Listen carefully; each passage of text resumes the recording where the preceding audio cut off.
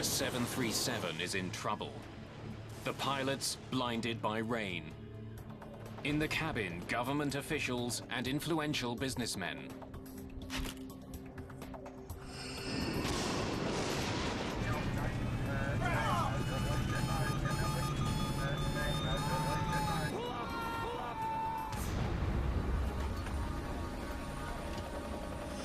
The crash of IFO-21 shocks the world.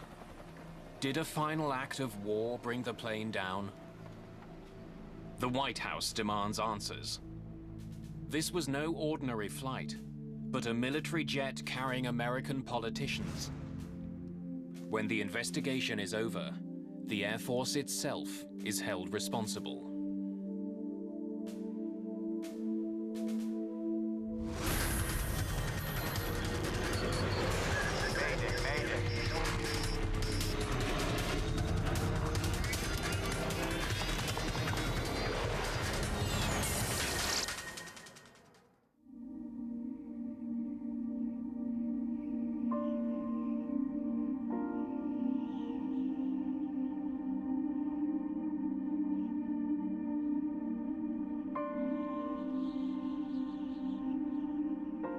Wednesday, April the 3rd, 1996.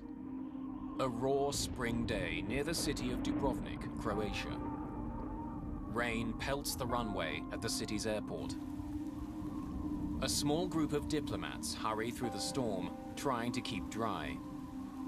They're part of a delegation that's just touched down.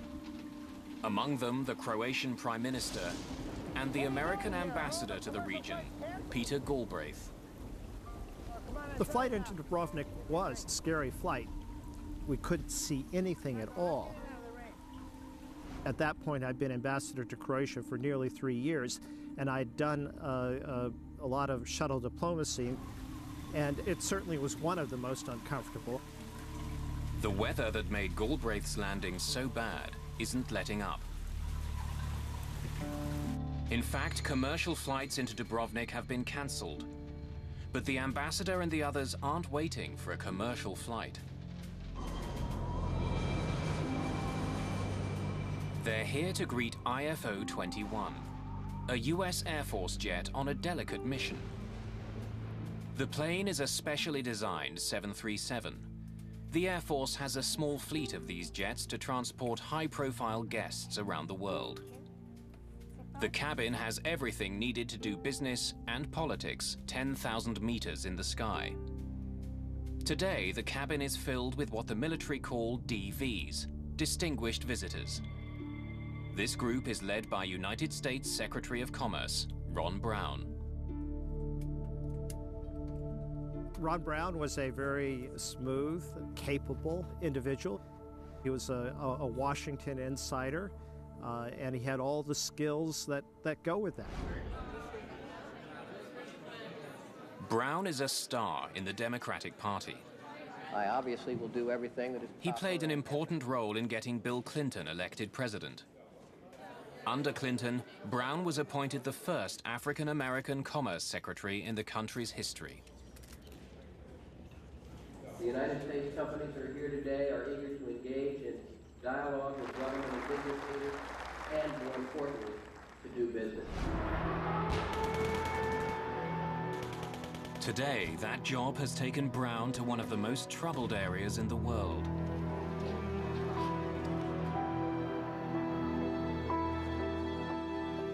For 4 years, civil war ripped Bosnia and Croatia apart.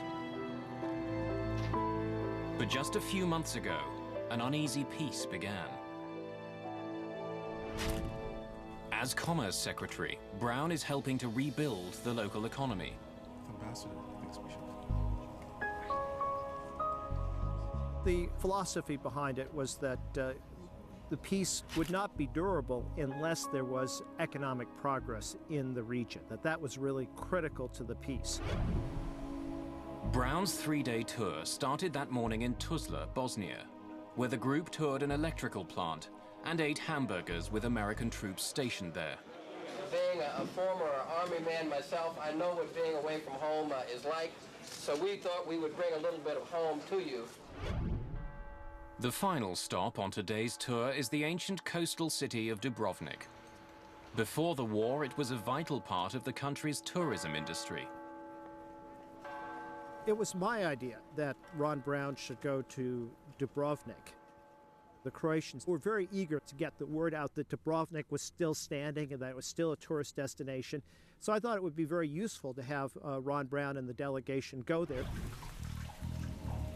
But on this damp day, Dubrovnik is not at its best, or even visible. Fog presses down from the sky, obscuring the city and the beautiful Adriatic coast. To the north of Dubrovnik flies IFO 21. Its pilot is Captain Ashley J. Davis. His colleagues call him AJ.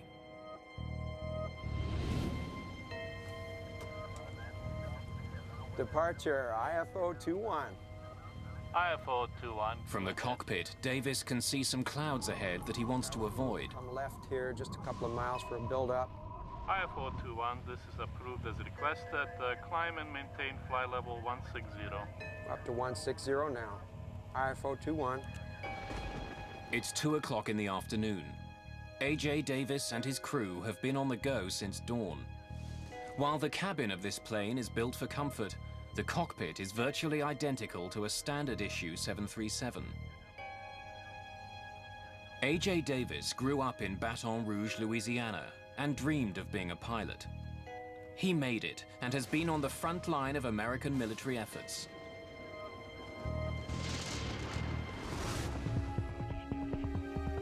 In the past, he flew mid-air refuelers high above the Persian Gulf. But now he pilots diplomats and other officials from around the world. It means a lot of traveling and a lot of time away from his wife and 2 children at Ramstein, an American base in Germany. According to the Air Force ranks, Shelley Kelly is a technical sergeant. Today on IFO 21, her main job is to make sure the passengers have everything they need.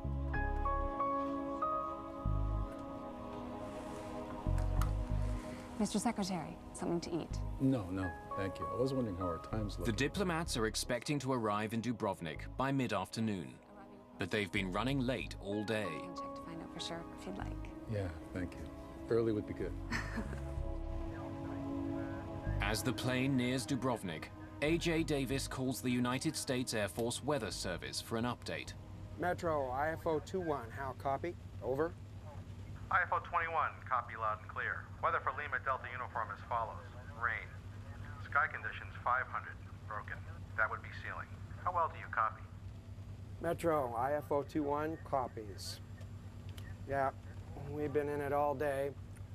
Are you expecting any changes in the weather? Pretty much continued rain, over. Copy. Rain. Thanks for your help. So, let's see the sights of Dubrovnik.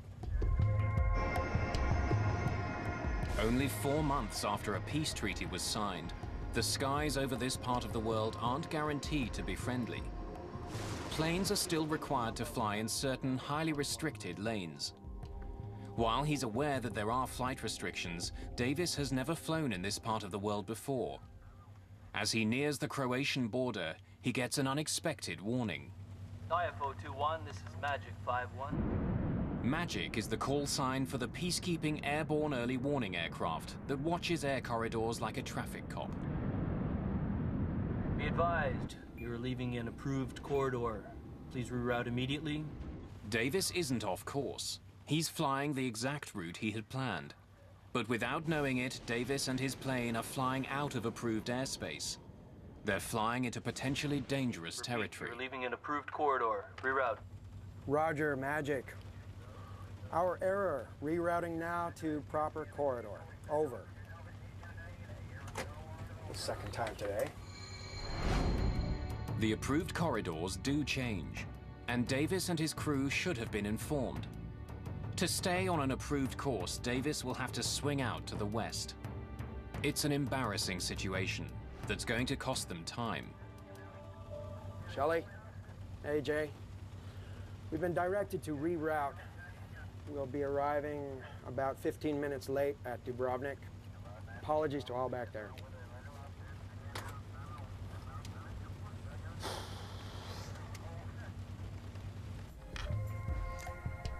Ladies and gentlemen, could I have your attention, please? Unfortunately, there will be a slight delay on our arrival into Dubrovnik.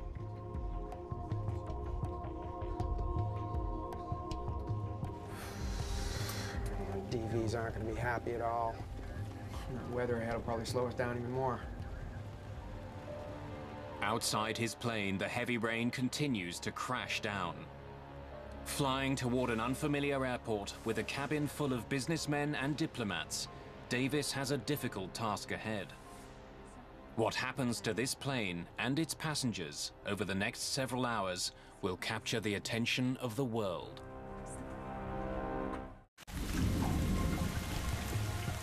A heavy rain soaks a small airport in Dubrovnik, Croatia. The weather is so bad today that commercial flights have been cancelled.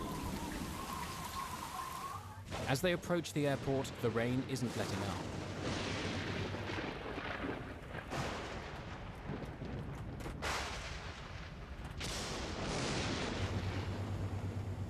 But the crew is dealing with more than just bad weather.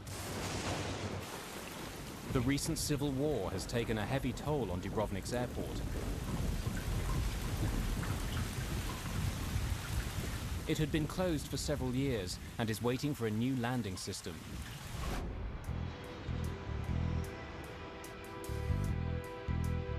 Around the world, airports use sophisticated technology to help planes take off and land. Doppler radar warns of incoming storms. Glide slopes help pilots stay on course to land.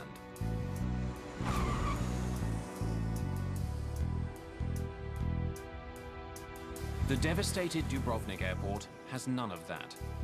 It doesn't even have radar to see the planes that are coming in for landing. Instead, the airport is using so-called non-directional beacons to guide planes towards the runway. In the aviation world, it's ancient technology. There are many non-directional beacons used in the United States and throughout the world, but they're an older navigational aid, and in fact, they were on the way out. The system in Dubrovnik has 2 beacons on the ground, which send out signals to the plane. When the crew receives the signals, they consult their charts and follow the course that will take them to the airport. The crew of IFO 21 is still waiting to hear the first signal when they get a call from the ground. 9A CRO to IFO 21. IFO 21, I read you, 9A CRO, over. Another plane, this one carrying Ambassador Galbraith, had touched down earlier in Dubrovnik. The pilot of that plane is an experienced flyer who's very familiar with the area. He wants to let the crew know what to expect. IFO 21, we landed about an hour ago. The weather was at minimum. Adjusting the wording to split if you have to execute the missed approach. Over. Roger, 9A CRO, we read you. Out. Diverting wouldn't be welcome news for the members of the trade delegation. The pressures to get the passengers to scheduled news conferences and other activities were probably pretty high. As Davis closes in on the airport, the Dubrovnik tower calls again. IFO 21, report level. IFO 21, 5,000. IFO 21, roger. Descend to 4,000. Report Kilo Lima Papa. Down to 4,000, IFO 21.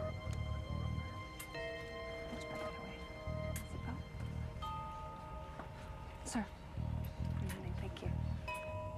Flying above the storm, the crew finally hears the radio signal from the first beacon.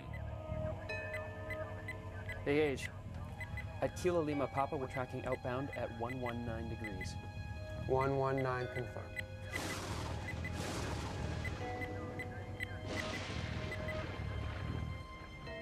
Mr. Secretary, we're landing. We'll take this up later, Adam. It's not very broken up down there. I can't see through it. Tim? The clouds are thick. The crew can't see the ground. They have to trust their instruments as they descend through the storm. IFO-21. Sir, we are inside the locator, inbound. IFO-21, roger. Cleared for beacon approach. Runway is wet. IFO-21.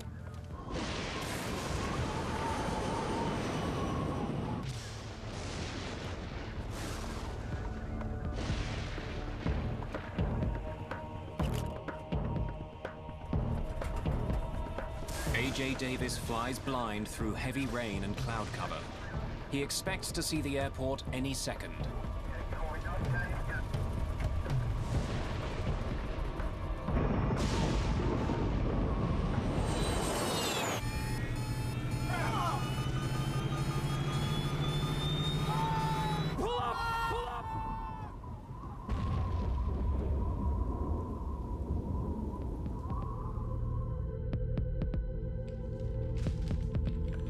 IFO-21, do you read? Just before 3 o'clock in the afternoon, Dubrovnik Tower loses all contact with IFO-21. IFO-21, Dubrovnik approach, do you read? IFO-21, do you read? Without approach radar to track the plane, controllers have no idea where it is. Perhaps the plane has diverted to another airport. IFO-21, do you read? But as the minutes stretch on with no word from the American plane, local controllers are taking no chances. Initiate emergency procedures.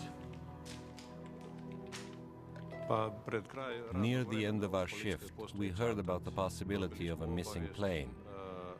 We didn't know who was on the plane. We had no details about the flight. For situations like this, there is a certain procedure, and we just waited for more information.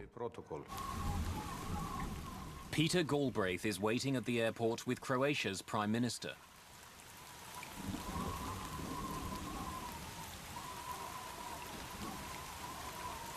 It was clear from my own flight in that this was a very marginal landing. I did not expect them to attempt the landing in Dubrovnik. The Croatian Prime Minister came up to me and pulled me aside and he said, "We've lost radio contact with Ron Brown's plane." I got the State Department Operations Center on the phone and he's asked to activate the U.S. military to start search and rescue activities. Word goes out to the chain of air traffic control centers. Američke borbene snage. Jeste li imali nekakav kontakt sa tim zrakoplovom? But no one has had any contact with IFO-21. The search and rescue effort focuses on the approach to the airport. Perhaps the plane had ditched into the Adriatic. At the time, I was about 100 miles away. I was in Brindisi, Italy. We launched 2 of our MH-53 helicopters with Special Tactics Air Force personnel on board, headed to Dubrovnik. For hours, there is no sign of the missing aircraft. The weather conditions are getting worse. Fog was in, thunderstorms in the area, low visibility. IFO-21, Dubrovnik approach, do you read? IFO-21 has a CPI, or crash position indicator, on board. IFO-21, do you read? If the plane went down, the CPI should be sending out an ultra-high frequency signal. IFO-21. But the Dubrovnik airport, as well as lacking radar, does not have the equipment to pick up the signal. IFO-21, Dubrovnik approach, do you read? IFO-21, do you read? IFO-21, do you read? As the hours pass, poor visibility frustrates the searchers. They arrived off the coast, and they were over water looking for the crash.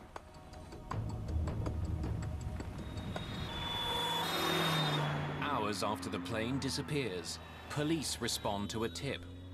A local villager has seen something on the hill above his house.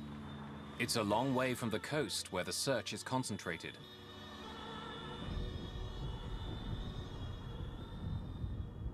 We went up with 2 vehicles to check the mountains. The weather was extremely horrible, strong rain and thick fog. So we went on foot for about an hour up that mountain. Then we came close. It's almost 7:30 at night, 4.5 hours after the crew called for clearance to land. The crash of IFO 21 is finally confirmed.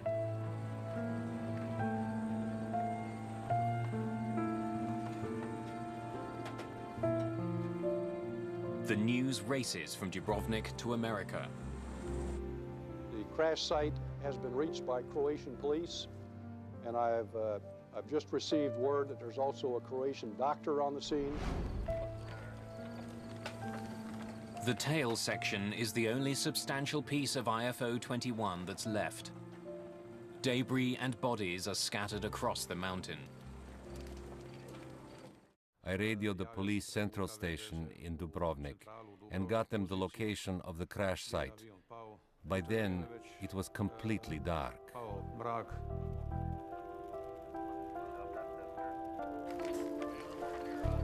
St. John's Hill is alive with close to 100 Croatian policemen and military. American forces are also rushing to the scene. Enormous rocks and treacherous conditions make the wreck site difficult to reach. But there are also remnants of the recent war. Mike Canavan is in charge of the U.S. crash recovery operation. I met a Croatian major. He told me that he was going to be the guide that would take us up to the top of the mountain. And at that time, he happened to mention that there were several minefields between where we were and the crash site. It takes almost 2 hours for Canavan to finally make it up the rocky hill. We had been walking for some time, and it was very dark. And all of a sudden, I saw something that was darker, and I didn't know what it was. And I reached out, and it was an aircraft engine.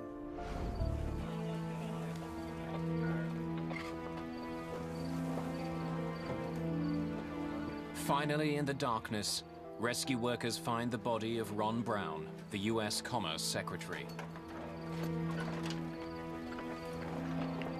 In fact, as rescuers continue to comb the hillside, all they find are bodies. No one has survived the crash of IFO 21. By dawn, the weather has improved. Peter Galbraith gets his first glimpse of the crash site.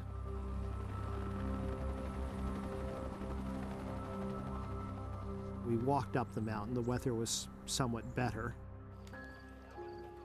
And near the top, there was the fuselage of the plane, rear part of it, and debris all over the place. And then on the other side of the ridge were the bodies. There's nothing in the world that compares to a plane crash. The one thing that my folks did on the mountain and then down in Dubrovnik is they did this with dignity and respect. And I thought it was done exceptionally well.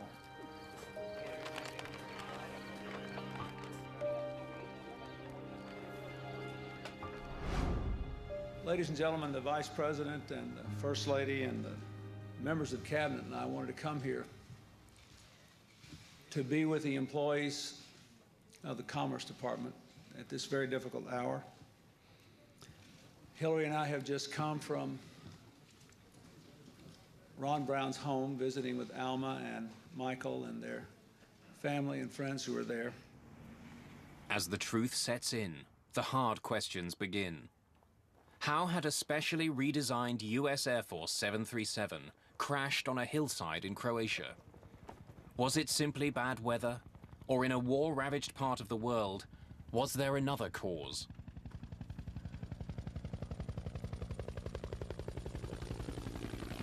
purpose of the accident investigation team, I can guarantee you that they will be extremely thorough in their analysis in trying to determine the causes of this accident. Because of the high-profile nature of the passengers, rumors begin swirling immediately. Howard Swansea is one of dozens of experts assigned to the team. In every accident, there's always a lot of speculation. In this particular case, you had a high-ranking U.S. government official. And so by the time we had even got to the crash site, there was just quite a bit of media attention around it. There were fragments, pieces of aircraft miles away from the wreckage. So my idea was to get as much information or collect as much artifacts or physical evidence as I could. Right from the start, the investigation team is at a disadvantage. They discover that there's no cockpit voice recorder or flight data recorder on the plane. What's standard for passenger jets is not required in the Air Force. I had assumed that the Air Force and these VIP flights had higher safety standards than commercial flights. And so I was really shocked to learn that the standards were generally lower than those for commercial aviation. Without the standard tools, investigators can't afford to overlook anything. The wreck is almost 3 kilometers from the airport. How did a trained crew get so far off course?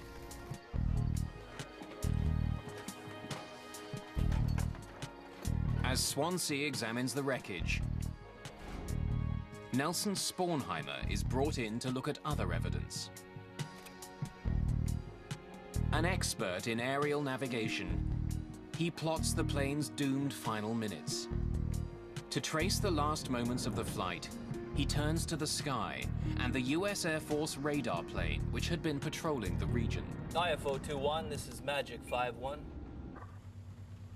Be advised, you're leaving an approved corridor. Please reroute immediately. Rerouting now to proper corridor. Over. Apart from heading out of approved airspace, Spornheimer finds nothing unusual about the plane's flight until the end.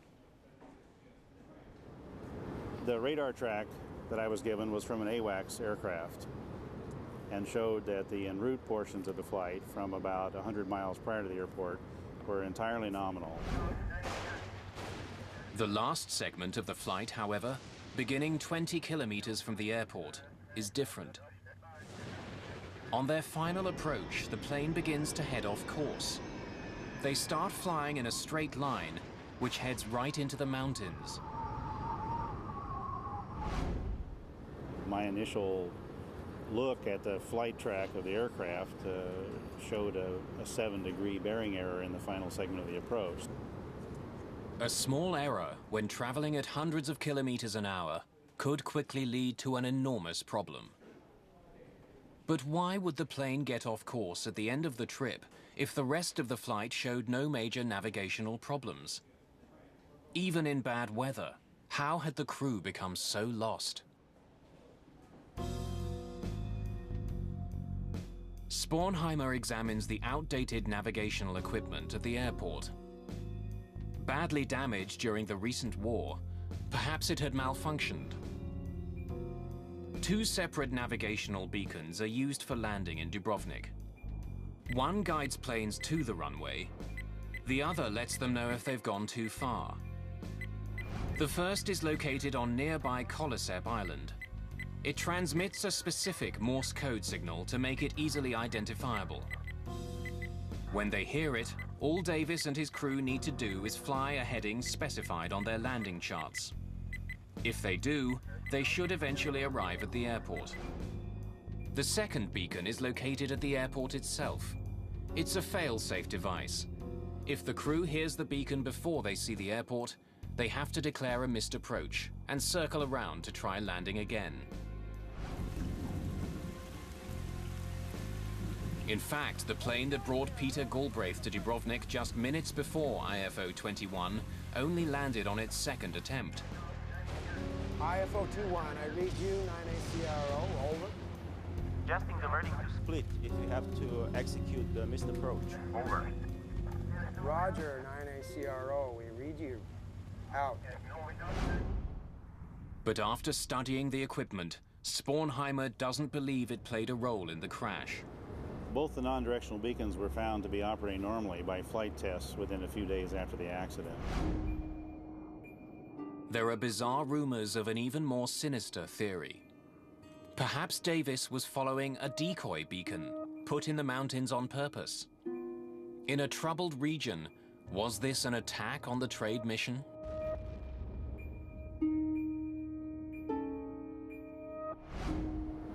To get a signal that is strong enough to be heard, you have to have a very large ground system, which is difficult to establish in rocky, sandy soil.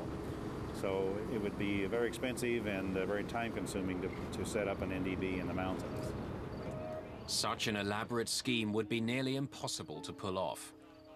No evidence is ever found of a decoy beacon.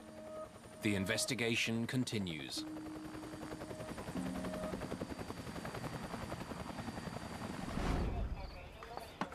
In the wreckage of the Air Force flight, investigators discover an important piece of the puzzle. The plane's ADF, or automatic direction finder, is recovered. It appears to be working, but only one of the units had been installed on this jet. To perform a proper landing in Dubrovnik, a plane requires 2 ADFs.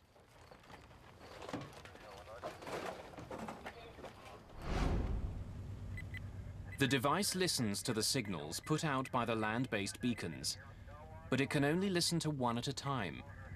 We're still not past it. I'm tuned back to KLP.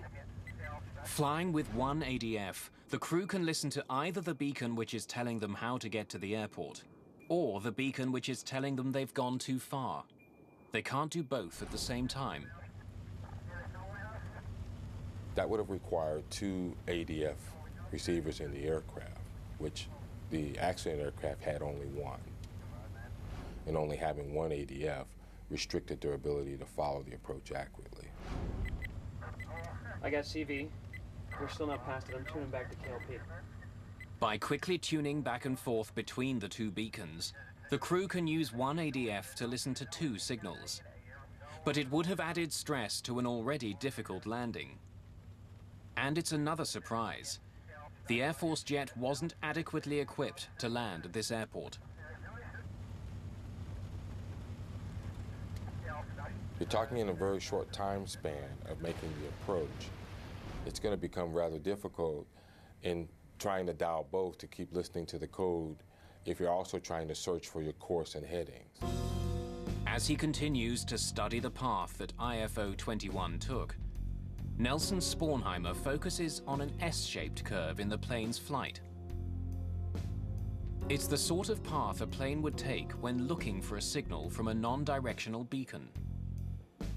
But just when the crew should be looking for the beacon signal, the S-turns disappear.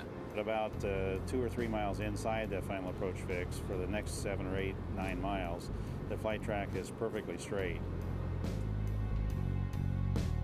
Instead of trusting the navigational system that was in place, even though it was primitive, the crew suddenly seems to give up. And Spornheimer thinks he knows why. Fighting heavy rain and hampered by a single direction finder, Spornheimer believes the crew resorted to another, even older piece of technology to find the runway, something called INS, or Inertial Navigation System. An INS system uses gyroscopes to maintain an awareness of how much the airplane turns and banks. After entering a specific geographical position at the beginning of a flight, an inertial navigation system tracks all the turns a plane makes. It's a self-contained system on the aircraft. But there is a potentially enormous problem. If the gyroscopes don't perfectly calculate every single maneuver of the plane, a pilot can be off course.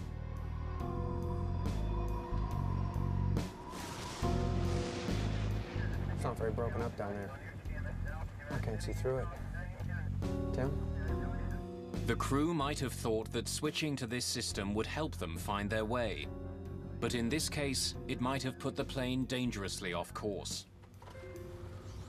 INS drift in this case was probably, in my view, the primary reason the aircraft ended up where it was.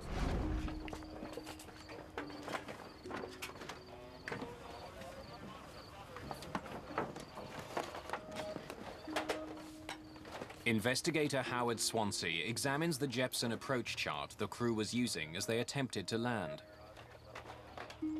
Hampered by poor visibility and relying on the inertial navigation system, their charts would have been a key aid. But when he takes a closer look at it, he notices something peculiar. A key figure, the minimum descent altitude, isn't accurate. The minimum descent altitude is the height where pilots must be able to see the airport.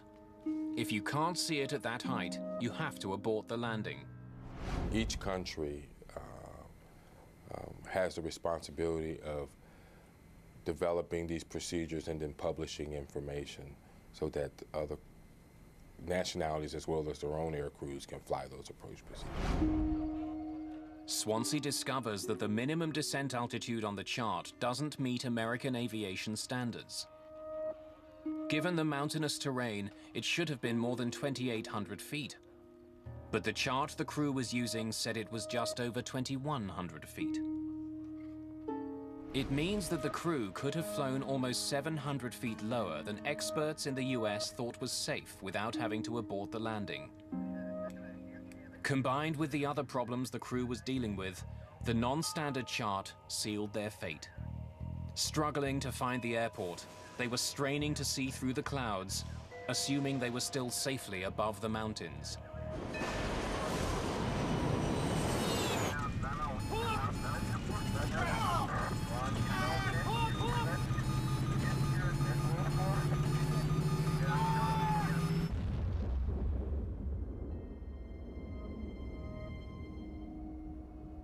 But why wasn't an Air Force jet properly equipped to land in Dubrovnik?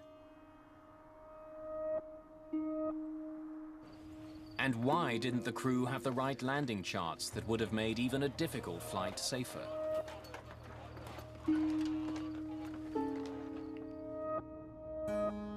The answers are found at an American military base in Germany, with some of the most senior members of the Air Force. To discover why the crew were attempting to land in such difficult circumstances, the investigators question Colonel John Mazurowski. He's the operations group commander for the airlift wing in charge of the flight. His job is to provide transportation for a growing number of distinguished visitors. But these are tight budget times. Mazurowski has been told to do more with less. What I'd like to talk about now is the Jeppesen approach subject. One of the major focuses of the investigators is the Jeppesen landing charts the crew were using. The charts, drawn up for most major airports, give crews a vast amount of information, including what to do in the case of a missed approach. But investigator Howard Swansea has already found that these charts were not up to US standards.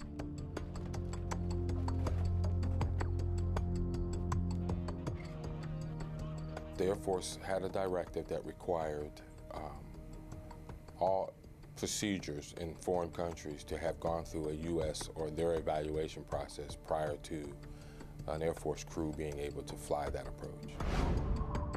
Landing at the Dubrovnik airport had not been approved.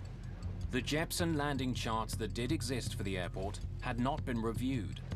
It's the reason that Howard Swansea found a difference between what the charts said and what was considered safe by the Defense Department.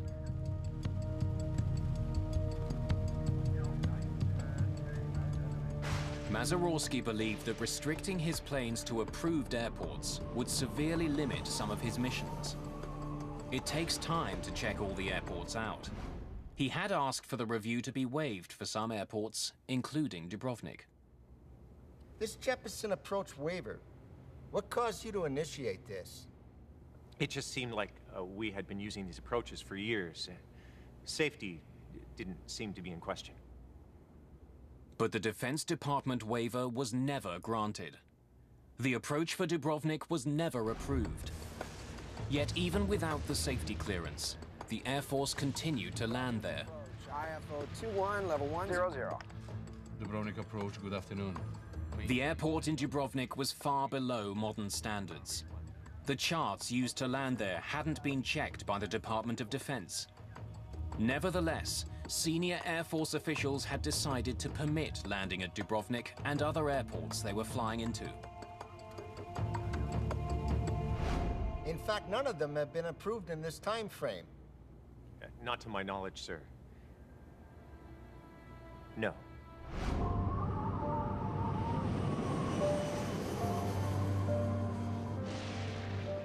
In the end, a fatal combination of factors had come together to cause the crash of IFO 21. Dubrovnik approach, IFO 21, level 100. Dubrovnik approach, good afternoon. Maintain 10,000 feet for beacon approach. Runway 12. IFO 21. The crew were fighting bad weather. They were landing in an unfamiliar airport, which was hobbled by old technology. The unapproved charts made a bad situation much worse.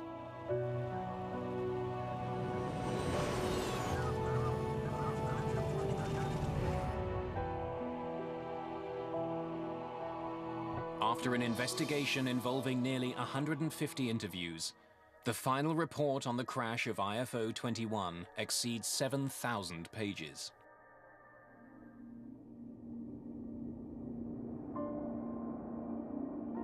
How much of the weeping we have done this last week, because there were so many brilliant young people on that plane with him, from different backgrounds and different racial groups.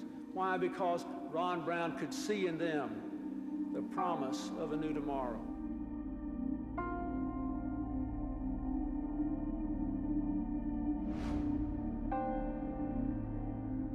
The results of the investigation fault several individuals and institutions. Dubrovnik Airport is singled out for an improperly designed instrument approach procedure. Today, automatic direction finders are no longer needed to land at Dubrovnik. The airport has replaced its approach equipment with the instrument landing system which was being delivered at the time of the accident. I got CV. The final report says A.J. Davis and his cockpit crew are responsible for flight errors. And, like a bullet piercing the heart of Air Force operations, leading military figures are blamed for a failure of command. In the aftermath of the report, 2 senior members of the Air Force are relieved of their posts. The Air Force severely reprimands Colonel John Mazurowski for dereliction of duty. He is demoted and eventually retires as a major. 13 other officers are also singled out for their roles in connection with the crash. The Air Force also changed the way it did business. All military aircraft were ordered to carry flight data recorders and cockpit voice recorders.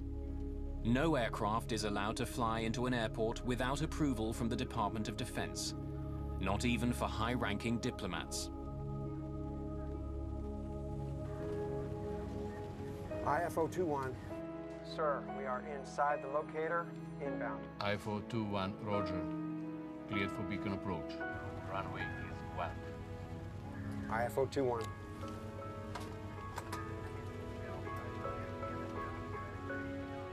The Air Force Command was held accountable for the accident. But it's the pilots, the crew, and the passengers of IFO 21 who paid the ultimate price for oversights made by the 86th Airlift Command.